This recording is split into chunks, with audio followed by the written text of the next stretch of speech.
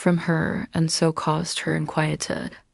Thank God, this will be the last night of her looking on at our conferences and feeling the sting of our not showing our confidence.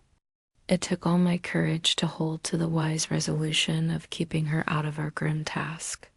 She seems somehow more reconciled, or else the very subject seems to have become repugnant to her, for when any accidental allusion is made, she actually shudders. I am glad we made our resolution in time, as with such a feeling as this, our growing knowledge would be torture to her. I could not tell the others of the day's discovery till we were alone. So after dinner followed by a little music to save appearances even amongst ourselves, I took Mina to her room and left her to go to bed. The dear girl was more affectionate with me than ever, and clung to me as though she would detain me. But there was much to be talked of, and I came away. Thank God, the ceasing of telling things has made no difference between us. When I came down again, I found the others all gathered round the fire in the study. In the train, I had written my diary so far, and simply read it off to them as the best means of letting them get abreast of my own information. When I had finished, Van Helsing said, "This has been a great day's work, friend Jonathan. Doubtless we are on the track of the missing boxes.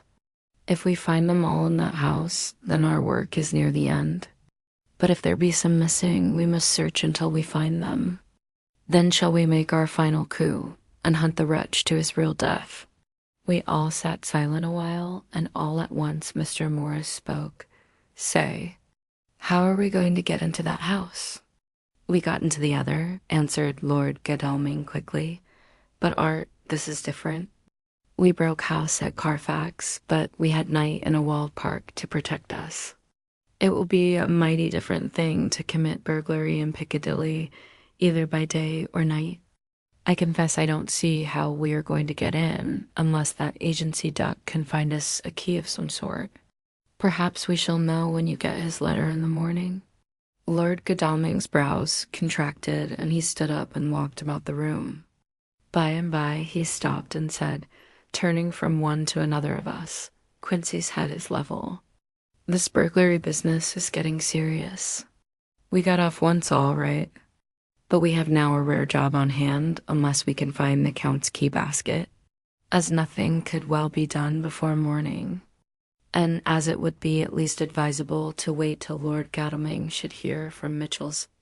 We decided not to take any active step before breakfast time. For a good while we sat and smoked, discussing the matter in its various lights and bearings. I took the opportunity of bringing this diary right up to the moment. I am very sleepy and shall go to bed. Just a line. Mina sleeps soundly and her breathing is regular. Her forehead is puckered up into little wrinkles, as though she thinks even in her sleep. She is still too pale, but does not look so haggard as she did this morning. Tomorrow will, I hope, mend all this. She will be herself at home in Exeter. Oh, but I am sleepy. Dr. Seward's diary, the 1st of October. I am puzzled afresh about Renfield. His moods change so rapidly that I find it difficult to keep touch of them, and as they always mean something more than his own well-being, they form a more than interesting study. This morning, when I went to see him after his repulse of Van Helsing, his manner was that of a man commanding destiny. He was, in fact, commanding destiny subjectively. He did not really care for any of the things of mere earth. He was in the clouds and looked down on all the weaknesses and wants of us poor mortals. I thought I would improve the occasion and learn something, so I asked him, "What about the flies these times?" He smiled on me in quite a superior sort of way, such a smile as would have become the face of Malvolio, as he answered me, "The fly, my dear sir, has one striking feature. Its wings are typical of the aerial powers of the psychic faculties. The ancients did well when they typified the soul as a butterfly."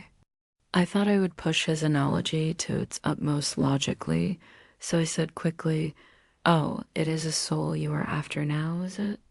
His madness foiled his reason, and a puzzled look spread over his face as, Shaking his head with a decision which I had but seldom seen in him, he said, "Oh no, oh no. I want no souls. Life is all I want." Here he brightened up. "I am pretty indifferent about it at present. Life is all right. I have all I want. You must get a new patient, doctor, if you wish to study zoophagy." This puzzled me a little, so I drew him on. "Then you command life? You are a god, I suppose?" He smiled with an ineffably benign superiority. "Oh no.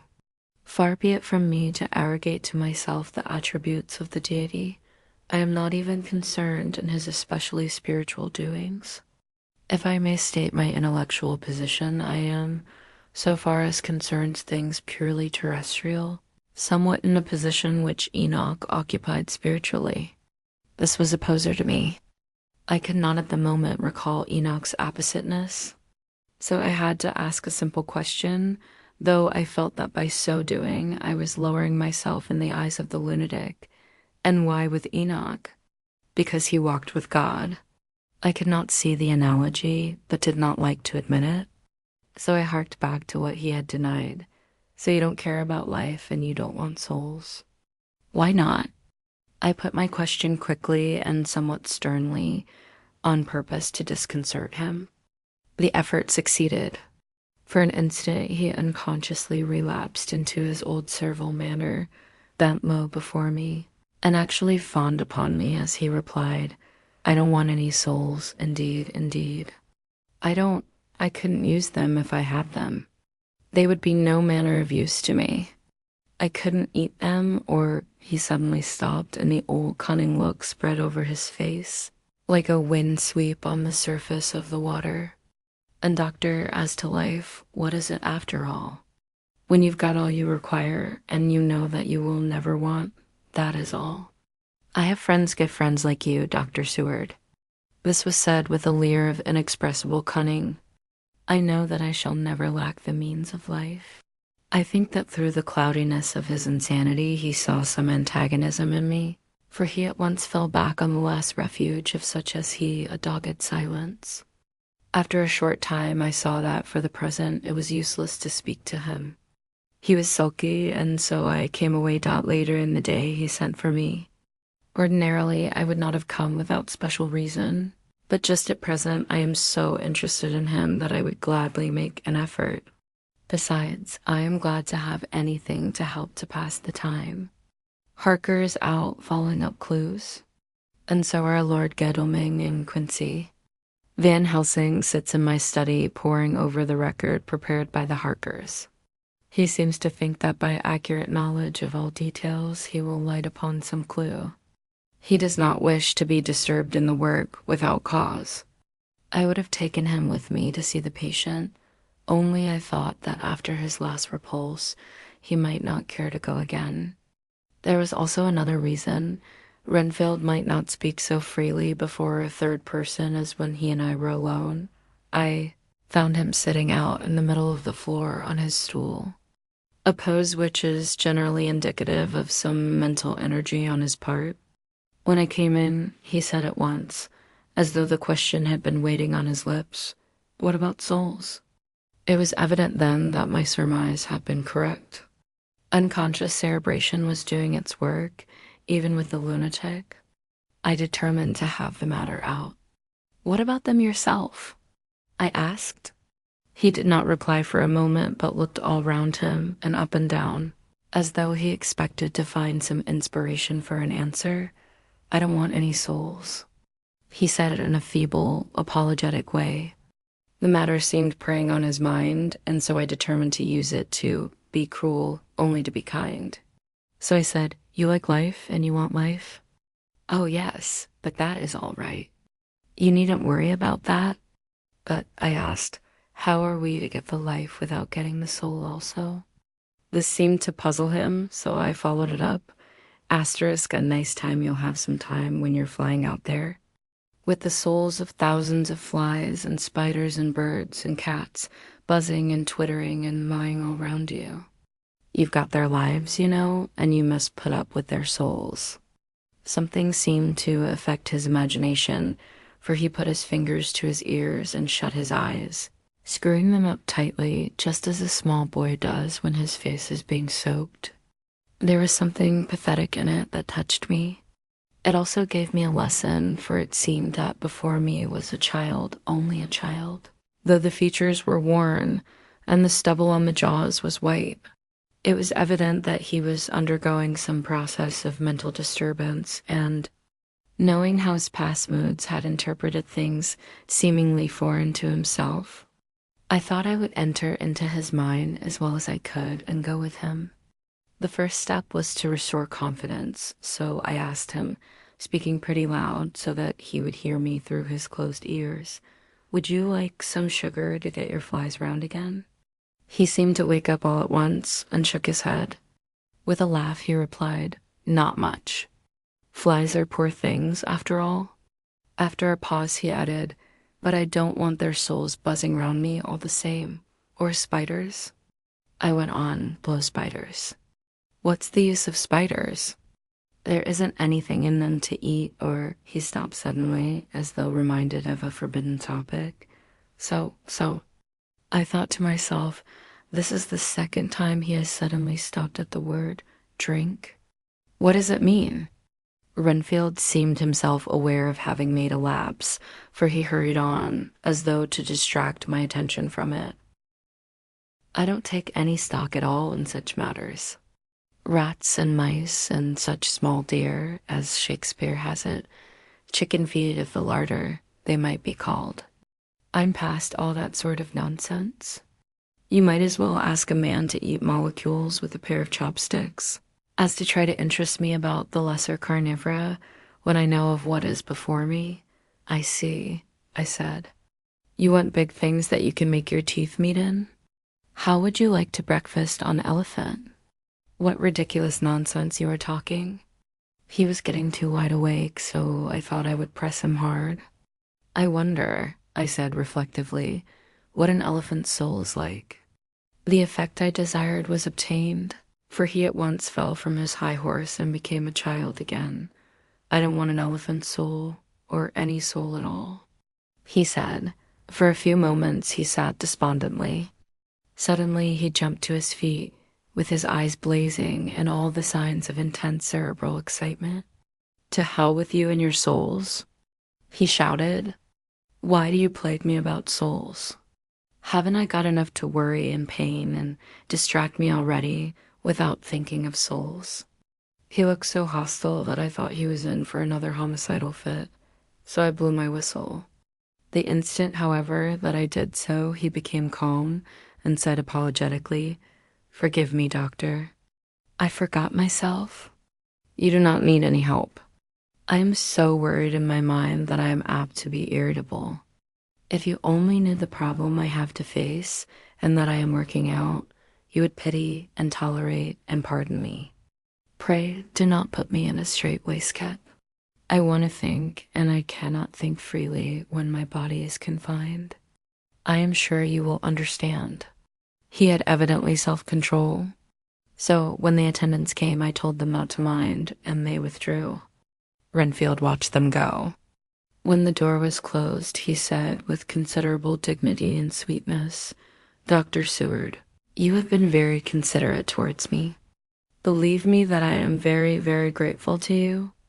I thought it well to leave him in this mood, and so I came away. There is certainly something to ponder over in this man's state. Several points seem to make what the American interviewer calls a story, if one could only get them in proper order. Here they are. Will not mention drinking. Fears the thought of being burdened with the soul of anything. Has no dread of wanting life in the future. Despises the meaner forms of life altogether, though he dreads being haunted by their souls. Logically, all these things point one way. He has assurance of some kind that he will acquire some higher life. He dreads the consequence, the burden of a soul. Then it is a human life he looks to. And the assurance? Merciful God! The Count has been to him, and there is some new scheme of terror afoot. Later, I went after my round to Van Helsing and told him my suspicion. He grew very grave, and after thinking the matter over for a while, asked me to take him to Renfield. I did so. As we came to the door, we heard the lunatic within singing gaily, as he used to do in the time which now seems so long ago. When we entered, we saw with amazement that he had spread out his sugar as of old. The flies, lethargic with the autumn, were beginning to buzz into the room. We tried to make him talk of the subject of our previous conversation, but he would not attend. He went on with his singing just as though we had not been present. He had got a scrap of paper and was folding it into a notebook. We had to come away as ignorant as we went in. His is a curious case indeed. We must watch him tonight. Asterisk letter, Mitchell. Sons and candy to Lord Godalming. The 1st of October. My lord, we are at all times only too happy to meet your wishes. We beg, with regard to the desire of your lordship, expressed by Mr. Harker on your behalf, to supply the following information concerning the sale and purchase of No. 347 Piccadilly. The original vendors are the executors of the late Monsieur Archibald Winter Suffield.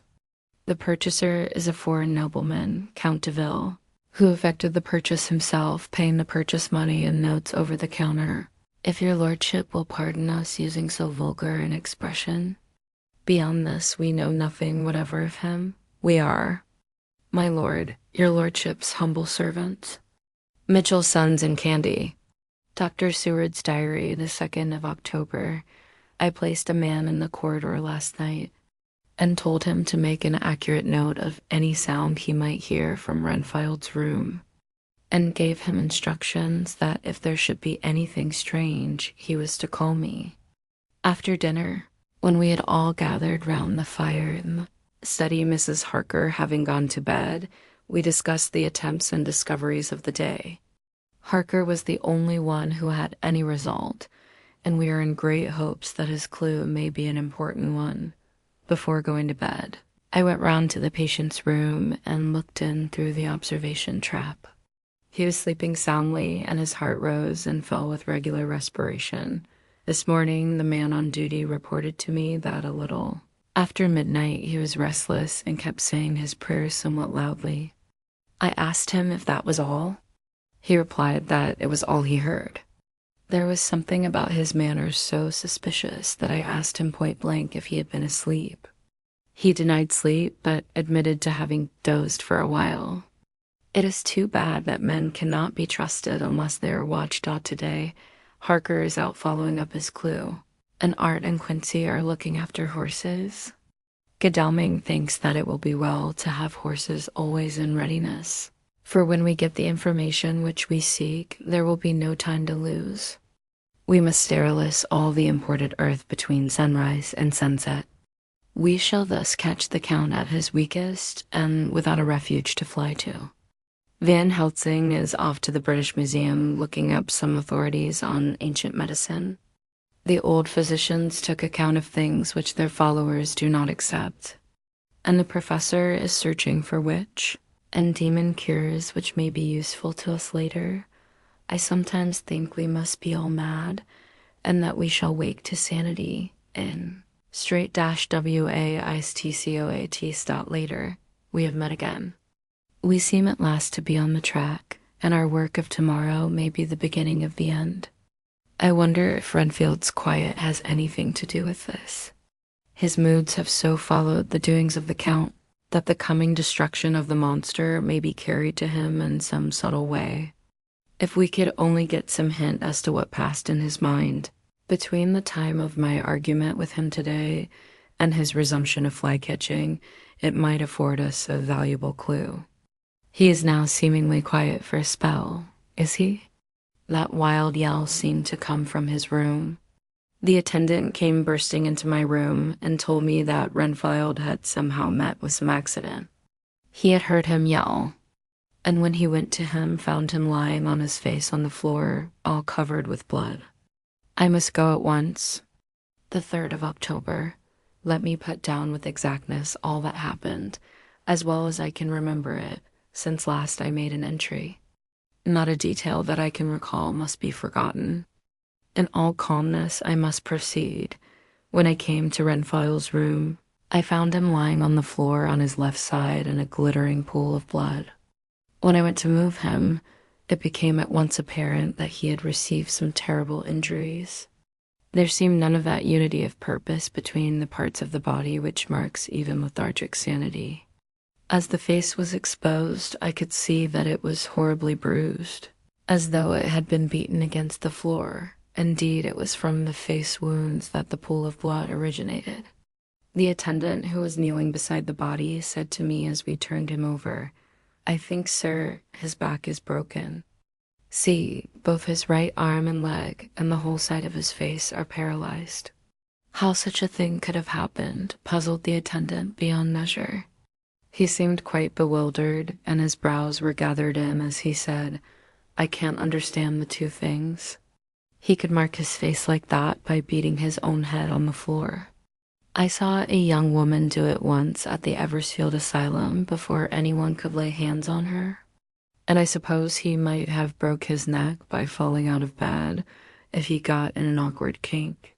But for the life of me, I can't imagine how the two things occurred. If his back was broke, he couldn't beat his head.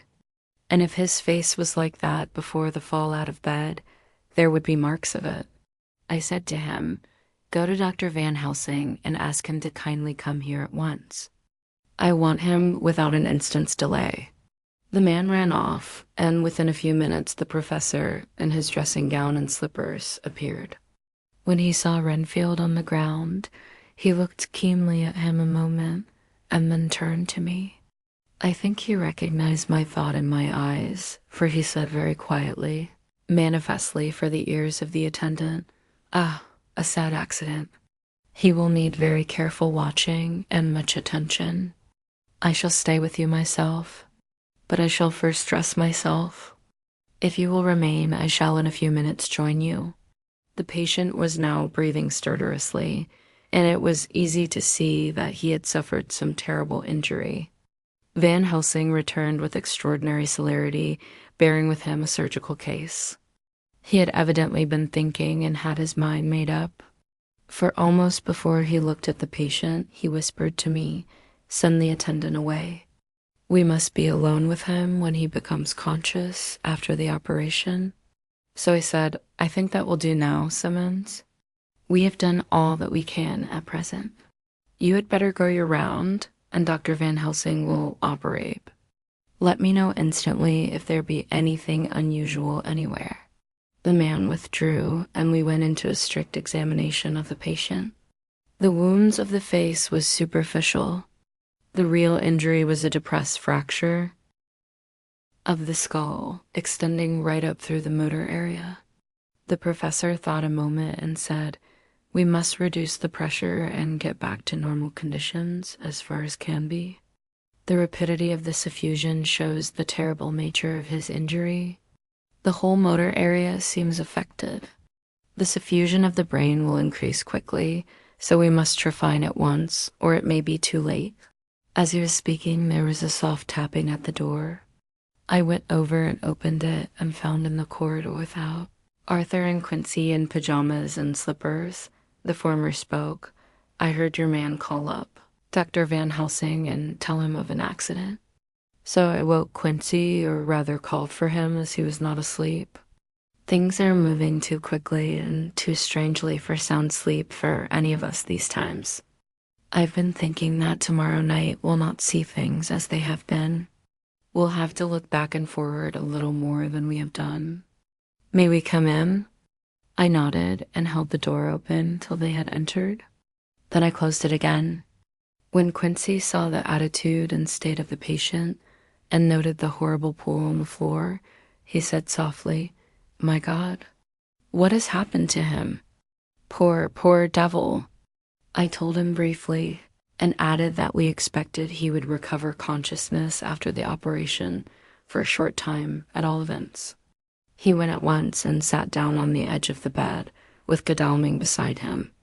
We all watched in patience. "We shall wait," said Van Helsing, "just long enough to fix the best spot for trephining, so that we may most quickly and perfectly remove the blood clot."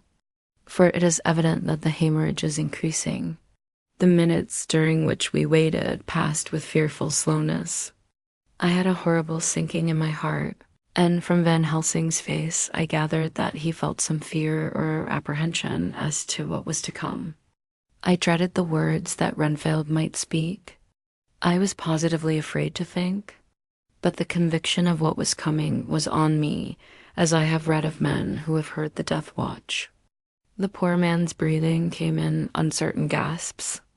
Each instant he seemed as though he would open his eyes and speak, but then would follow a prolonged stertorous breath, and he would relapse into a more fixed insensibility.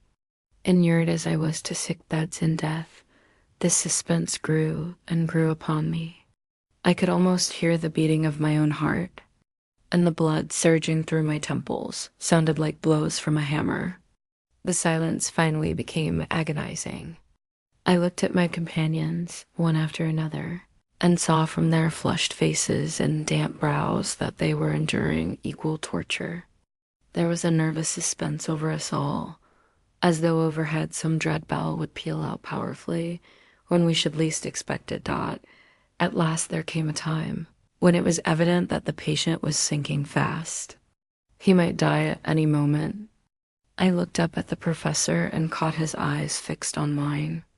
His face was sternly set as he spoke. There is no time to lose.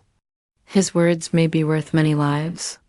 I have been thinking so as I stood here. It may be there is a soul at stake. We shall operate just above the ear. Without another word, he made the operation. For a few moments, the breathing continued to be stertorous. Then there came a breath so prolonged that it seemed as though it would tear open his chest.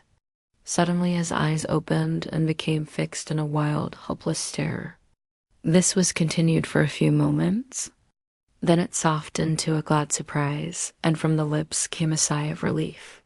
He moved convulsively, and as he did so said, "I'll be quiet, doctor. Tell them to take off the strait waistcoat. I have had a terrible dream, and it has left me so weak that I cannot move. What's wrong with my face? It feels all swollen, and it smarts dreadfully." He tried to turn his head, but even with the effort, his eyes seemed to grow glassy again, so I gently put it back. Then Van Helsing said in a quiet, grave tone, "Tell us your dream, Mr. Renfield." As he heard the voice, his face brightened through its mutilation, and he said, "That is Dr. Van Helsing. How good it is of you to be here. Give me some water, my lips are dry, and I shall try to tell you. I dreamed." He stopped and seemed fainting. I called quietly to Quincy, "The brandy, it is in my study, quick." He flew and returned with a glass, the decanter of brandy, and a carafe of water. We moistened the parched lips, and the patient quickly revived. It seemed, however, that his poor injured brain had been working in the interval, for when he was quite conscious, he looked at me piercingly with an agonized confusion which I shall never forget, and said, "I must not deceive myself. It was no dream, but all a grim reality." Then his eyes roved round the room. As they caught sight of the two figures sitting patiently on the edge of the bed, he went on, "If I were not sure already, I would know from them." For an instant his eyes closed, not with pain or sleep, but voluntarily, as though he were bringing all his faculties to bear. When he opened them, he said hurriedly and with more energy than he had yet displayed, "Quick, doctor, quick. I am dying. I feel that I have but a few minutes, and then I must go back to death or worse." Wet my lips with brandy again. "I have something that I must say before I die, or before my poor crushed brain dies anyhow. Thank you.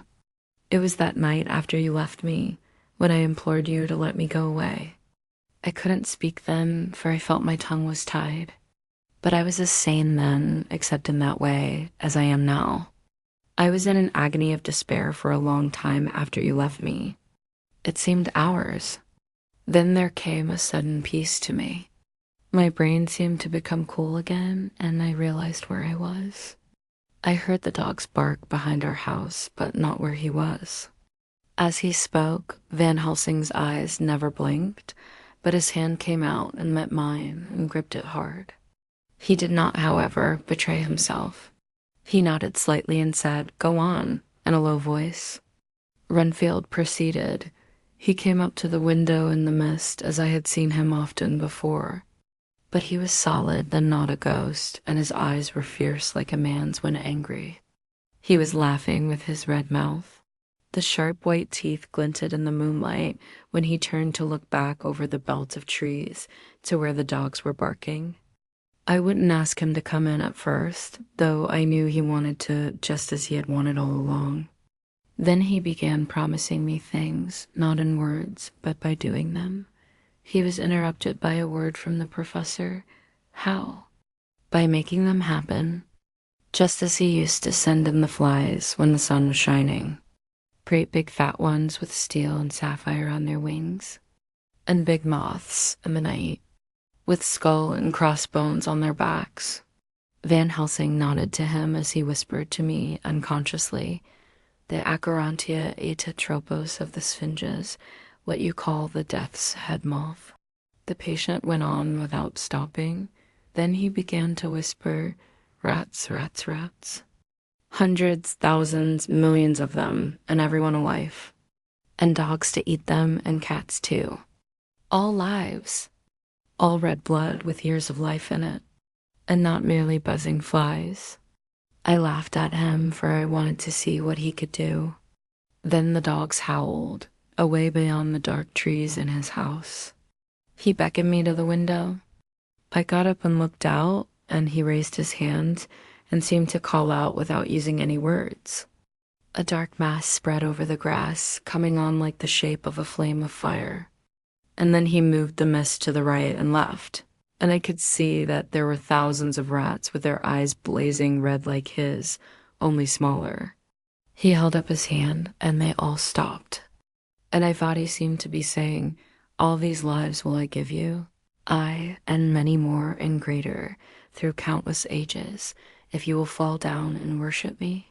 And then a red cloud, like the color of blood, seemed to close over my eyes.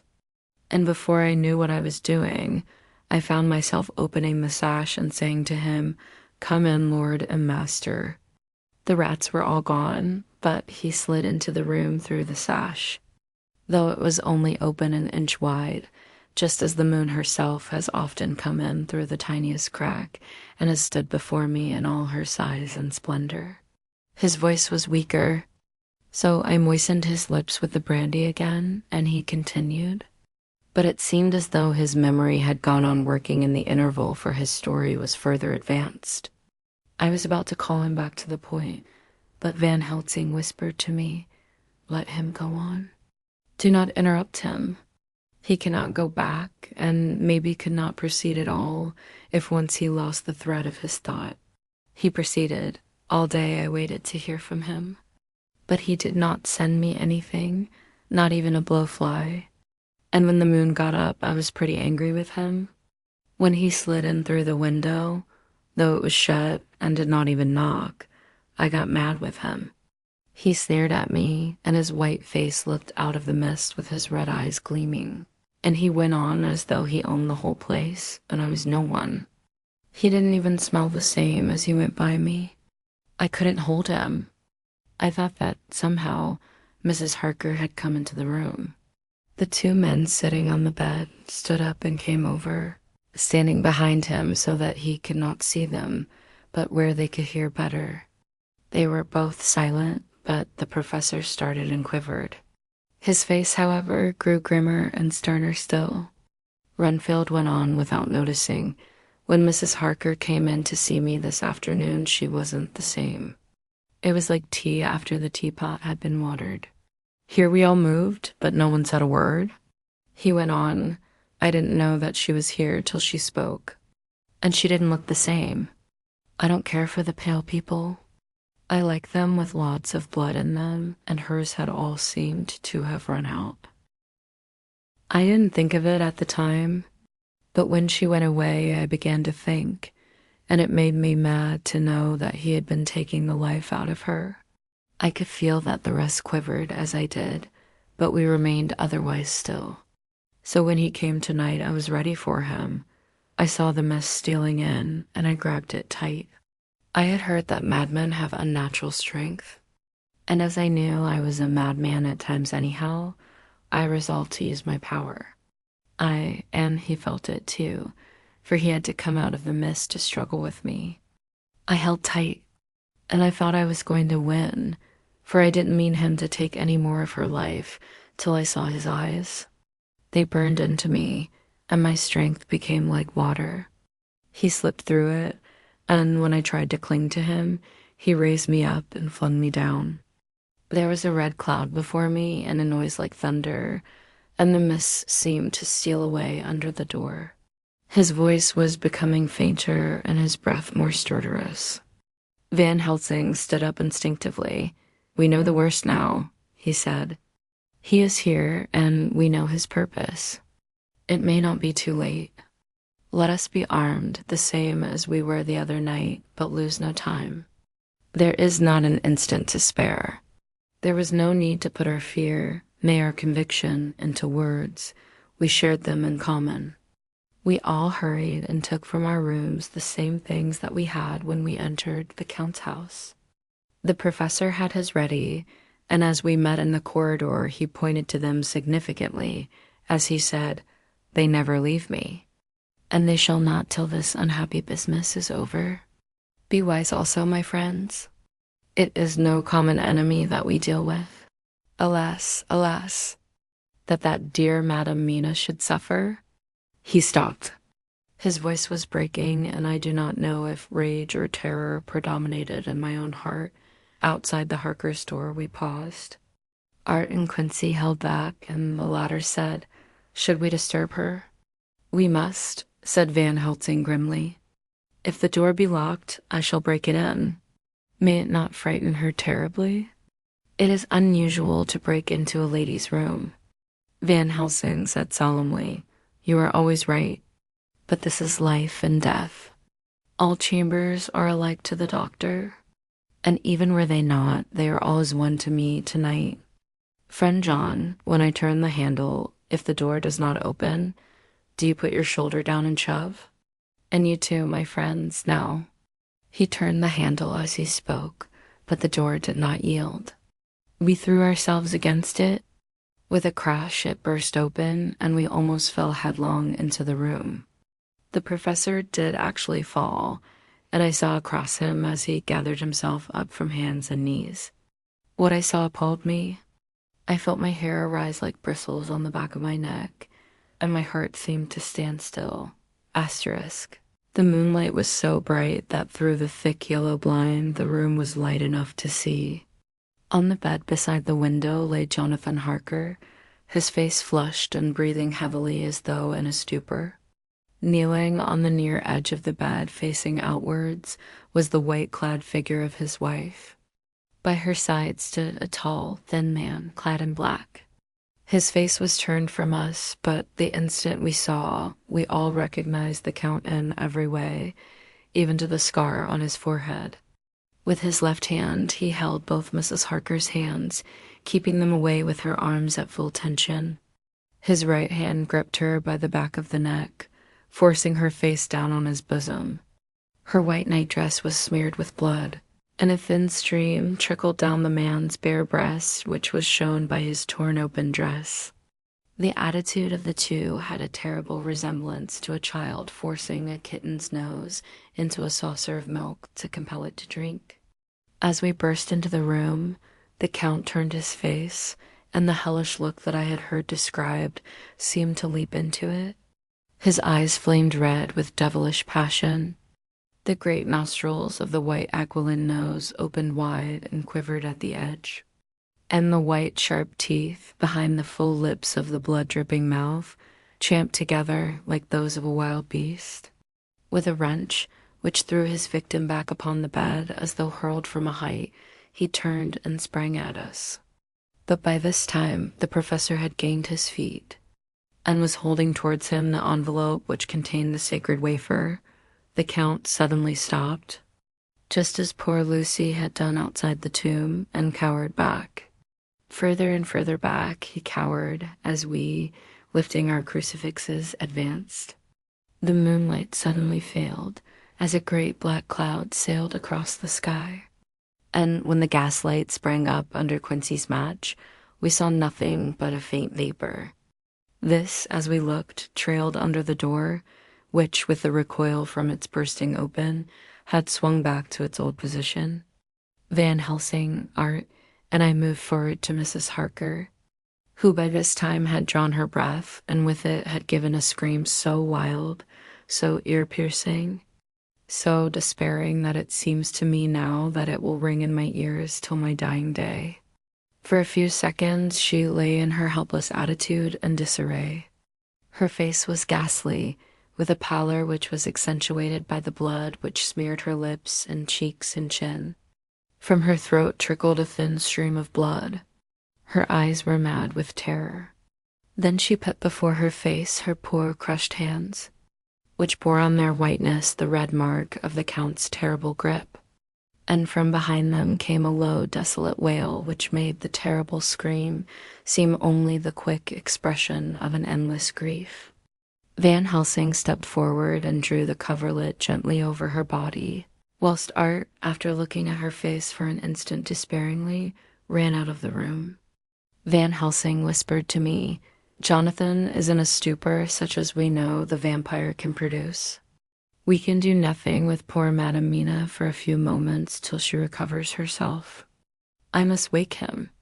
He dipped the end of a towel in cold water, and with it began to flick him on the face, his wife all the while holding her face between her hands and sobbing in a way that was heartbreaking to hear. I raised the blind and looked out of the window. There was much moonshine, and as I looked, I could see Quincy Morris run across the lawn and hide himself in the shadow of a great yew tree.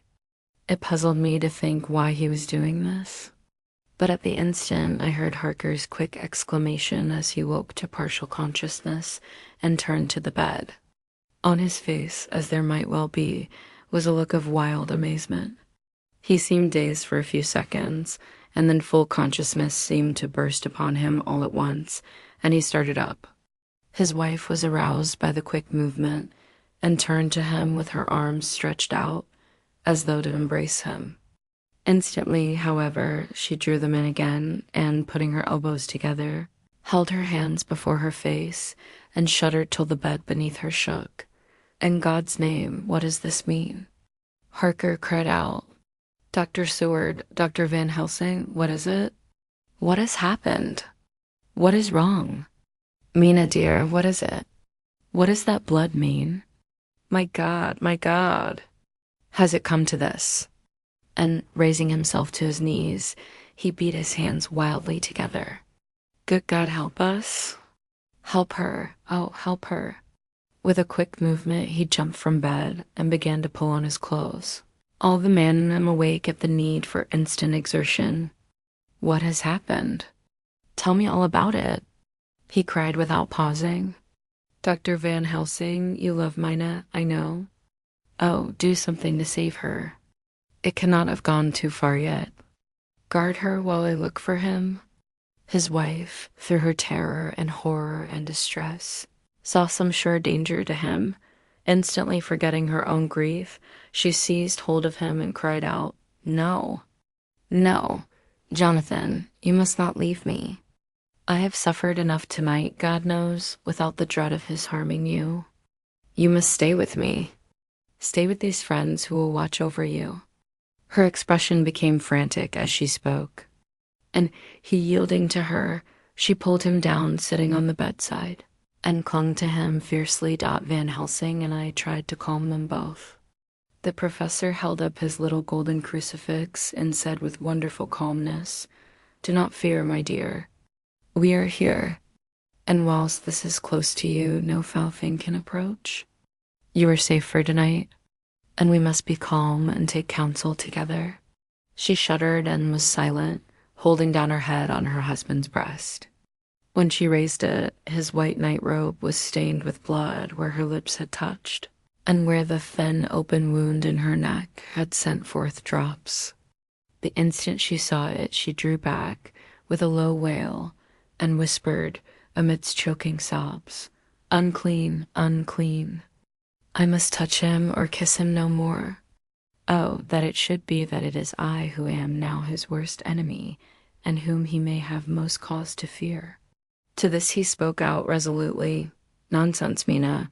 It is a shame to me to hear such a word. I would not hear it of you, and I shall not hear it from you. May God judge me by my deserts, and punish me with more bitter suffering than even this hour, if by any act or will of mine anything ever come between us." He put out his arms and folded her to his breast, and for a while she lay there sobbing. He looked at us over her bowed head, with eyes that blinked damply above his quivering nostrils. His mouth was set as steel. After a while, her sobs became less frequent and more faint, and then he said to me, speaking with a studied calmness which I felt tried his nervous power to the utmost, "And now, Dr. Seward, tell me all about it. Too well I know the broad fact. Tell me all that has been."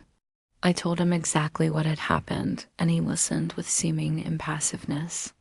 But his nostrils twitched and his eyes blazed as I told how the ruthless hands of the Count had held his wife in that terrible and horrid position, with her mouth to the open wound in his breast.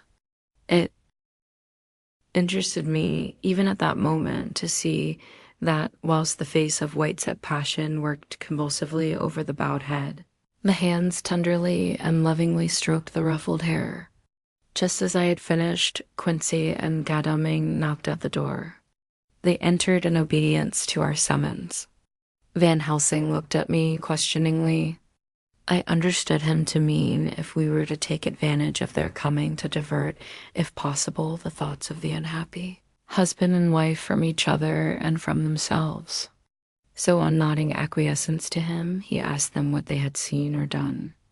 To which Lord Godalming answered, I could not see him anywhere in the passage, or in any of our rooms. I looked in the study, but though he had been there, he had gone. He had, however, he stopped suddenly, looking at the poor, drooping figure on the bed.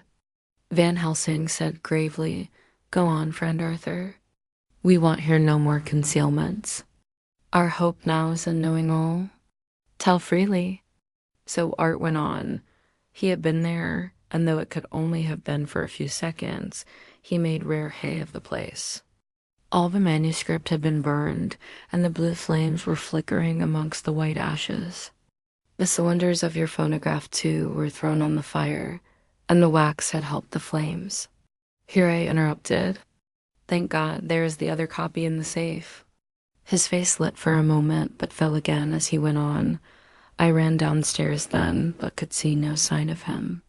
I looked into Renfield's room, but there was no trace there, except... Again, he paused. Go on, said Harker hoarsely. So he bowed his head and, moistening his lips with his tongue, added, except that the poor fellow is dead. Mrs. Harker raised her head. Looking from one to the other of us, she said solemnly, God's will be done. I could not but feel that Art was keeping back something, but as I took it that it was with a purpose, I said nothing. Van Helsing turned to Morris and asked, And you, friend Quincy, have you any to tell? A little, he answered. It may be much eventually, but at present I can't say. I thought it well to know, if possible, where the Count would go when he left the house. I did not see him, but I saw a bat rise from Renfield's window and flap westward. I expected to see him in some shape go back to Carfax, but he evidently sought some other lair.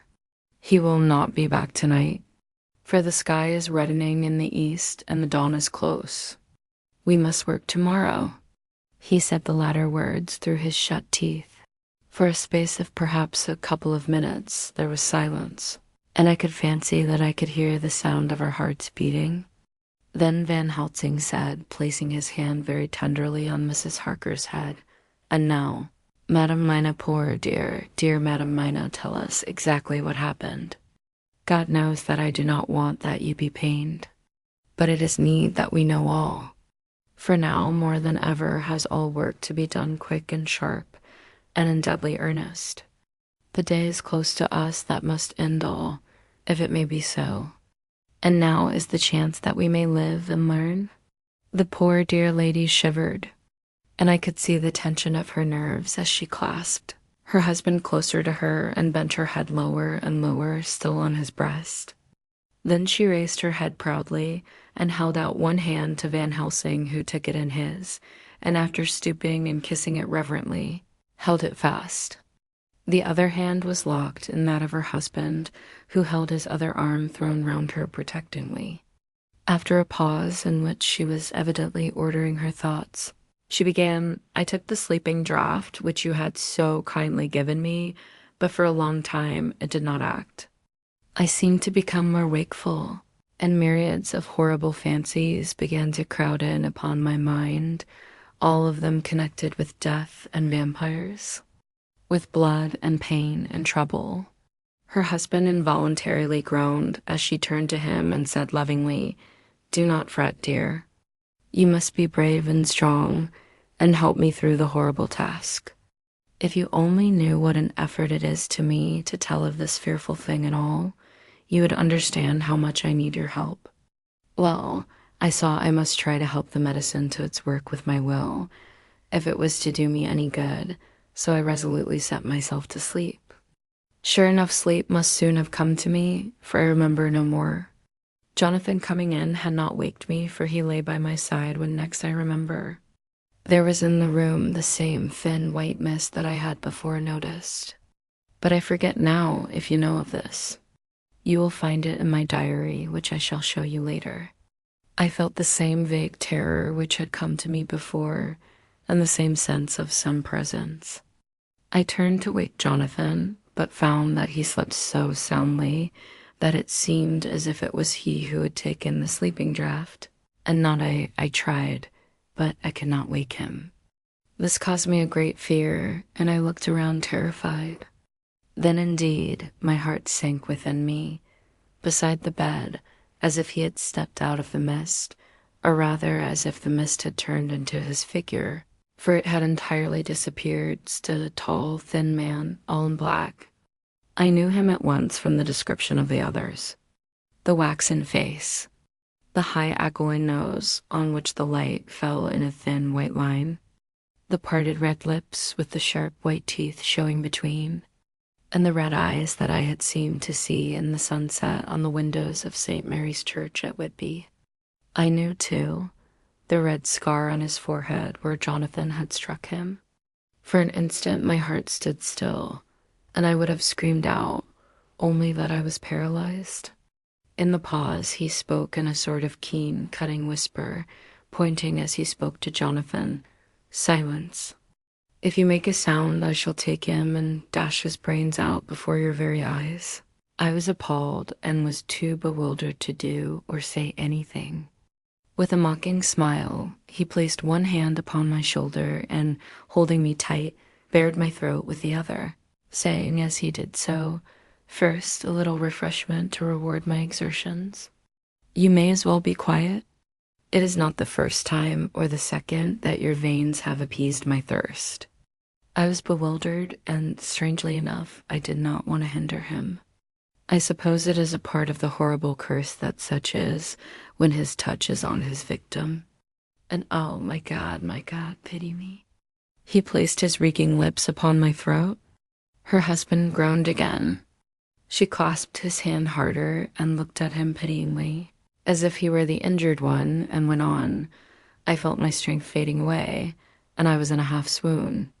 How long this horrible thing lasted, I know not, but it seemed that a long time must have passed before he took his foul, awful, sneering mouth away. I saw it drip with the fresh blood. The remembrance seemed for a while to overpower her, and she drooped and would have sunk down but for her husband's sustaining arm. With a great effort she recovered herself and went on. Then he spoke to me mockingly. "And so you, like the others, would play your brains against mine? You would help these men to hunt me and frustrate me in my designs? You know now, and they know in part already, and will know in full before long, what it is to cross my path. They should have kept their energies for use closer to home. Whilst they played wits against me who commanded nations, and intrigued for them and fought for them hundreds of years before they were born, I was countermining them. And you, their best beloved one, are now to me flesh of my flesh, blood of my blood, kin of my kin, my bountiful winepress for a while, and shall be later on my companion and my helper. You shall be avenged in turn, for not one of them but shall minister to your needs. But as yet you are to be punished for what you have done. You have aided in thwarting me. Now you shall come to my call. When my brain says, come, to you, you shall cross land or sea to do my bidding. And to that end this. With that, he pulled open his shirt, and with his long, sharp nails opened a vein in his breast. When the blood began to spurt out, he took my hands in one of his, holding them tight, and with the other seized my neck and pressed my mouth to the wound, so that I must either suffocate or swallow some of the, oh my God, what have I done? What have I done to deserve such a fate?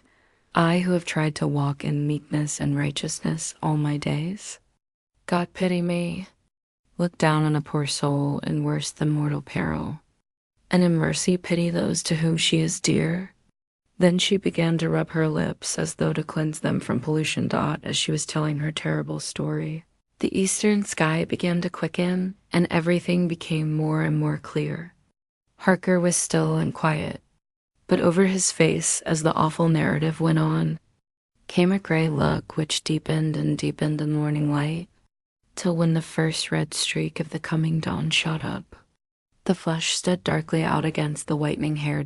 We have arranged that one of us is to stay within call of the unhappy pair till we can meet together and arrange about taking action. Of this I am sure. The sun rises today on no more miserable house in all the great round of its daily course. Asterisk 3. October. As I must do something or go mad, I write this diary. It is now 6 o'clock, and we are to meet in the study in half an hour and take something to eat. For Dr. Van Helsing and Dr. Seward are agreed that if we do not eat, we cannot work our best. Our best will be, God knows, required today. I must keep writing at every chance, for I dare not stop to think. All big and little must go down. Perhaps at the end, the little things may teach us most. The teaching, big or little, could not have landed Mina or me anywhere worse than we are today. However, we must trust and hope. Poor Mina told me just now, with the tears running down her dear cheeks, that it is in trouble and trial that our faith is tested, that we must keep on trusting, and that God will aid us up to the end. The end, oh my God. What end? To work, to work.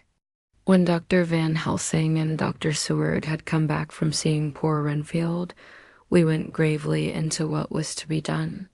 First, Dr. Seward told us that when he and Dr. Van Helsing had gone down to the room below, they had found Renfield lying on the floor, all in a heap.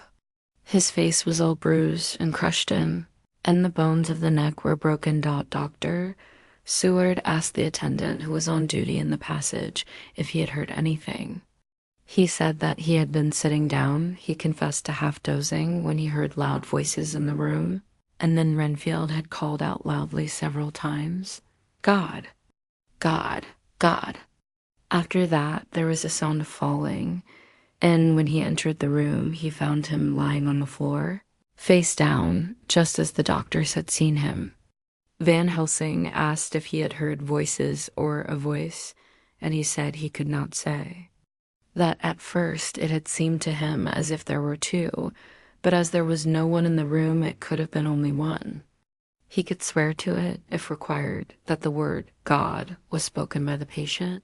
Dr. Seward said to us, when we were alone, that he did not wish to go into the matter. The question of an inquest had to be considered, and it would never do to put forward the truth, as no one would believe it. As it was, he thought that on the attendant's evidence he could give a certificate of death by a misadventure in falling from bed. In case the coroner should demand it, there would be a formal inquest, necessarily to the same result. When the question began to be discussed as to what should be our next step, the very first thing we decided was that Mina should be in full confidence, that nothing of any sort, no matter how painful, should be kept from her. She herself agreed as to its wisdom, and it was pitiful to see her so brave and yet so sorrowful, and in such a depth of despair. There must be no concealment, she said. Alas, we have had too much already. And besides, there is nothing in all the world that can give me more pain than I have already endured, than I suffer now. Whatever may happen, it must be of new hope or of new courage to me.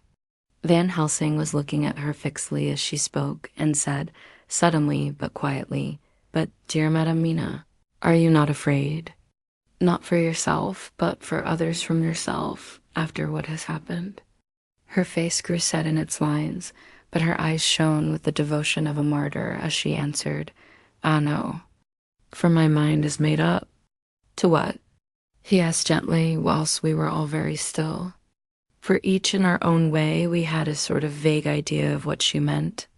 Her answer came with direct simplicity, as though she were simply stating a fact, because if I find in myself, and I shall watch keenly for it, a sign of harm to any that I love, I shall die. "You would not kill yourself?" he asked hoarsely. "I would. If there were no friend who loved me, who would save me such a pain and so desperate an effort." She looked at him meaningly as she spoke. He was sitting down, but now he rose and came close to her and put his hand on her head as he said solemnly, "My child, there is such an one if it were for your good. For myself, I could hold it in my account with God to find such an euthanasia for you, even at this moment, if it were best. Nay, were it safe. But my child," for a moment he seemed choked, and a great sob rose in his throat. He gulped it down and went on, "There are here some who would stand between you and death. You must not die. You must not die by any hand, but least of all by your own. Until the other, who has fouled your sweet life, is true dead, you must not die. For if he is still with the quick undead, your death would make you even as he is. No, you must live. You must struggle and strive to live, though death would seem a boon unspeakable. You must fight death himself, though he come to you in pain or in joy, by the day or the night, in safety or in peril. On your living soul I charge you that you do not die, nay, nor think of death till this great evil be past." The poor dear grew white as death, and shook and shivered, as I have seen a quicksand shake and shiver at the incoming of the tide. We were all silent. We could do nothing. At length she grew more calm, and turning to him said, sweetly, but oh, so sorrowfully, as she held out her hand, "I promise you, my dear friend, that if God will let me live, I shall strive to do so, till, if it may be in his good time, this horror may have passed away from me." She was so good and brave that we all felt that our hearts were strengthened to work and endure for her, and we began to discuss what we were to do. I told her that she was to have all the papers in the safe, and all the papers or diaries and phonographs we might hereafter use, and was to keep the record as she had done before. She was pleased with the prospect of anything to do, if pleased, could be used in connection with so grim an interest as usual. Van Helsing had thought ahead of everyone else, and was prepared with an exact ordering of our work. Asterisk is perhaps well, he said, that at our meeting after our visit to Carfax we decided not to do anything with the earth boxes that lay there. Had we done so, the Count must have guessed our purpose, and would doubtless have taken measures in advance to frustrate such an effort with regard to the others. But now he does not know our intentions. Nay, more, in all probability, he does not know that such a power exists to us as concealous his lairs, so that he cannot use them as of old. We are now so much further advanced in our knowledge as to their disposition that, When we have examined the house in Piccadilly, we may track the very last of them. Today, then, is ours, and in it rests our hope. The sun that rose on our sorrow this morning guards us in its course. Until it sets tonight, that monster must retain whatever form he now has. He is confined within the limitations of his earthly envelope. He cannot melt into thin air nor disappear through cracks or chinks or crannies. If he go through a doorway, he must open the door like a mortal. And so we have this day to hunt out all his lairs and sterilize them. So we shall, if we have not yet catch him and destroy him, drive him to bay in some place where the catching and the destroying shall be in time. Sure, here I started up, for I could not contain myself at the thought that the minutes and seconds, so preciously laden with Mina's life and happiness, were flying from us, since whilst we talked action was impossible. But Van Helsing held up his hand warningly. "Nay, friend Jonathan," he said, "in this the quickest way home is the longest way, so your proverbs say. We shall all act and act with desperate quick when the time has come. But think, in all probable, the key of the situation is in that house in Piccadilly. The Count may have many houses which he has bought. Of them he will have deeds of purchase, keys, and other things. He will have paper that he write on. He will have his book of checks. There are many belongings that he must have somewhere. Why not in this place so central, so quiet, where he come and go by the front or the back at all hour, when in the very vast of the traffic there is none to notice? We shall go there and search that house, and when we learn what it holds, then we do what our friend Arthur Call, in his phrases of hunt, stop the earths, and so we run down our old foxhole. Is it not? Then let us come at once," I cried. "We are wasting the precious, precious time." The professor did not move, but simply said, "And how are we to get into that house in Piccadilly?" "Anyway," I cried, "we shall break in if need be. And your police, where will they be and what will they say?" I was staggered, but I knew that if he wished to delay, he had a good reason for it. So I said, as quietly as I could, "Don't wait more than need be. You know, I am sure, what torture I am in."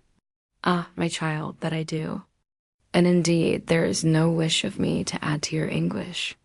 But just think, what can we do until all the world be at movement? Then will come our time. I have thought and thought, and it seems to me that the simplest way is the best of all. Now we wish to get into the house, but we have no key. Is it not so?" I nodded.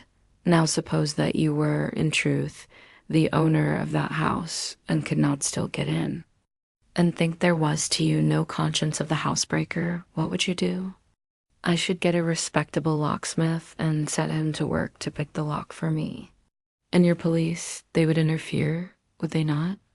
"Oh, no, not if they knew the man was properly employed." Then he looked at me as keenly as he spoke. "All that is in doubt is the conscience of the employer, and the belief of your policeman as to whether or no that employer has a good conscience or a bad one. Your police must indeed be zealous men, and clever, oh, so clever, in reading the heart, that they trouble themselves in such matter. No, no, my friend Jonathan, you go take the lock off 100 empty house in this your London, or of any city in the world. And if you do it as such things are rightly done, and at the time such things are rightly done, no one will interfere. I have read of a gentleman who owned a so fine house in London, and when he went for months of summer to Switzerland and lock up his house, some burglar came and broke window at back and got in. Then he went and made open the shutters in front and walk out and in through the door before the very eyes of the police. Then he have an auction in that house and advertise it and put up big notice. And when the day come, he sell off by a great auctioneer all the goods of that other man who owned them. Then he go to a builder and he sell him that house, making an agreement that he pull it down and take all away within a certain time. and your police and other authority help him while they can. And when that owner come back from his holiday in Switzerland, he find only an empty hole where his house had been. This was all done in Regal, and in our work we shall be in Regal too. We shall not go so early that the policemen who have then little to think of shall deem it strange. But we shall go after 10 o'clock when there are many about, and such things would be done were we indeed owners of the house. I could not but see how right he was, and the terrible despair of Mina's face became relaxed to thought. There was hope in such good counsel. Van Helsing went on, when once within that house we may find more clues. At any rate, some of us can remain there, whilst the rest find the other places where there be more earth boxes at Bermondsey and Mile End. Lord Godalming stood up. I can be of some use here, he said. I shall wire to my people to have horses and carriages where they will be most convenient. Look here, old fellow, said Morris. It is a capital idea to have all ready in case we want to go horsebacking.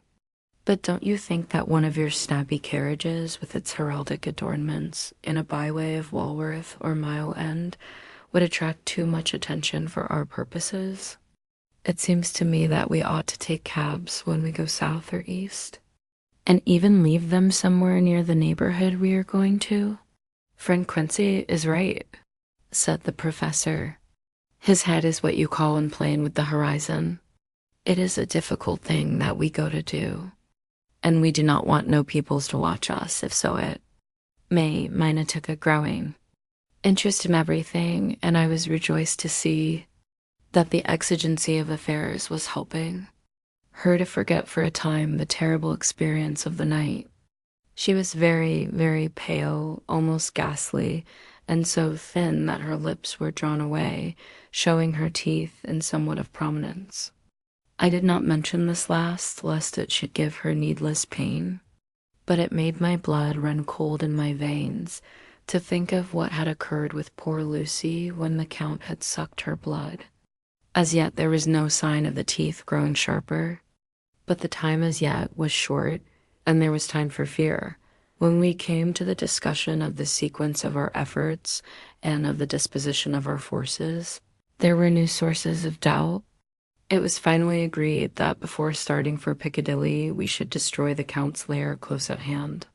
In case he should find it out too soon, we should thus be still ahead of him in our work of destruction, and his presence in his purely material shape, and at his weakest, might give us some new clue as to the disposal of forces. It was suggested by the professor that, after our visit to Carfax, we should all enter the house in Piccadilly, that the 2 doctors and I should remain there, whilst Lord Godalming and Quincy found the lairs at Walworth and Mile End and destroyed them. It was possible, if not likely, the professor urged, that the Count might appear in Piccadilly during the day, and that, if so, we might be able to cope with him then and there. At any rate, we might be able to follow him in force. To this plan I strenuously objected, and so far as my going was concerned, for I said that I intended to stay and protect Mina, I thought that my mind was made up on the subject. But Mina would not listen to my objection. She said that there might be some law matter in which I could be useful, that amongst the Count's papers might be some clue which I could understand out of my experience in Transylvania, and that, as it was, all the strength we could muster was required to cope with the Count's extraordinary power. I had to give in, for Mina's resolution was fixed. She said that it was the last hope for her that we should all work together. As for me, she said, I have no fear. Things have been as bad as they can be, and whatever may happen must have in it some element of hope or comfort. Go, my husband. God can, if he wishes it, guard me as well alone as with anyone present. So I started up crying out, Then in God's name let us come at once, for we are losing time. The Count may come to Piccadilly earlier than we think. Not so, said Van Helsing, holding up his hand. But why? I asked. Do you forget, he said, with actually a smile, That last night he banqueted heavily and will sleep late? Did I forget? Can I ever? Can any of us ever forget that terrible scene? Mina struggled hard to keep her brave countenance, but the pain overmastered her, and she put her hands before her face and shuddered whilst she moaned. Van Helsing had not intended to recall her frightful experience.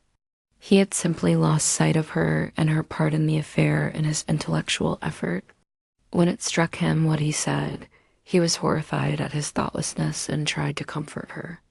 "Oh, Madame Mina," he said, "dear, dear Madame Mina, alas, that I of all who so reverence you should have said anything so forgetful.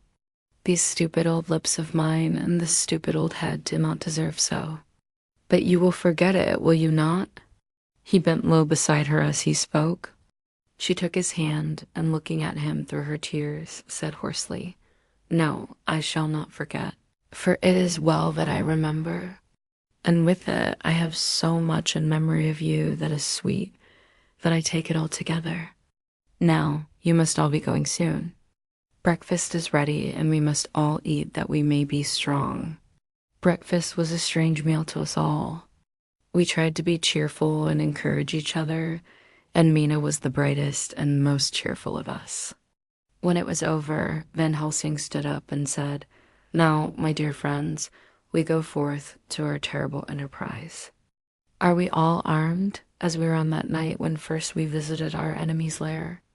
Armed against ghostly as well as carnal attack?" We all assured him. "Then it is well. Now, Madame Mina, you are in any case quite safe here until the sunset. And before then we shall return if we shall return.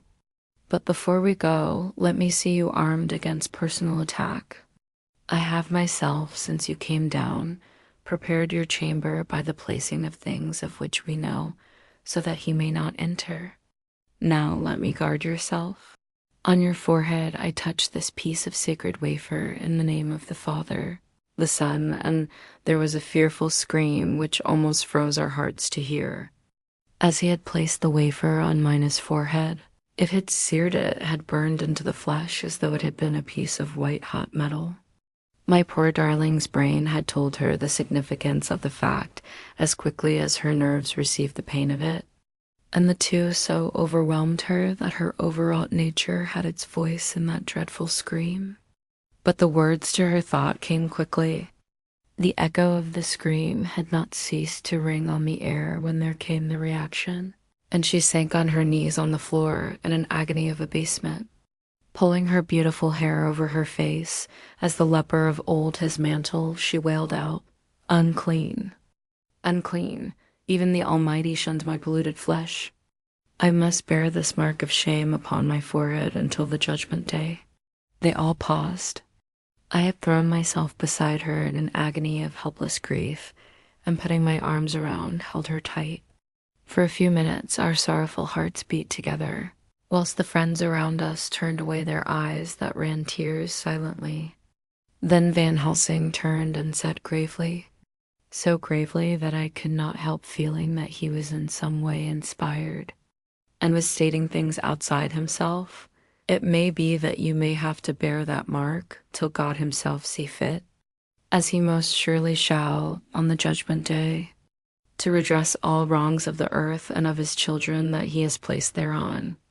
And oh, Madame Mina, my dear, may we who love you be there to see, when that red scar, the sign of God's knowledge of what has been, shall pass away and leave your forehead as pure as the heart we know. For so surely as we live, that scar shall pass away when God sees right to lift the burden that is hard upon us. Till then we bear our cross as his Son did in obedience to his will. It may be that we are chosen instruments of his good pleasure, and that we ascend to his bidding as that other through stripes and shame, through tears and blood, through doubts and fears, and all that makes the difference between God and man. There was hope in his words and comfort, and they made for resignation. Mina and I both felt so, and simultaneously we each took one of the old man's hands and bent over and kissed it. Then without a word we all knelt down together and all holding hands swore to be true to each other. We men pledged ourselves to raise the veil of sorrow from the head of her whom, each in his own way, we loved. And we prayed for help and guidance in the terrible task which lay before us. It was then time to start. So I said farewell to Mina, a parting which neither of us shall forget to our dying day. And we set out. To one thing I have made up my mind. If we find out that Mina must be a vampire in the end, then she shall not go into that unknown and terrible land alone. I suppose it is thus that in old times one vampire meant many, just as their hideous bodies could only rest in sacred earth. So the holiest love was the recruiting sergeant for their ghastly ranks. We entered Carfax without trouble and found all things the same as on the first occasion. It was hard to believe that amongst so prosaic surroundings of neglect and dust and decay there was any ground for such fear as already we knew. Had not our minds been made up, and had there not been terrible memories to spur us on, we could hardly have proceeded with our task. We found no papers or any sign of use in the house, and in the old chapel the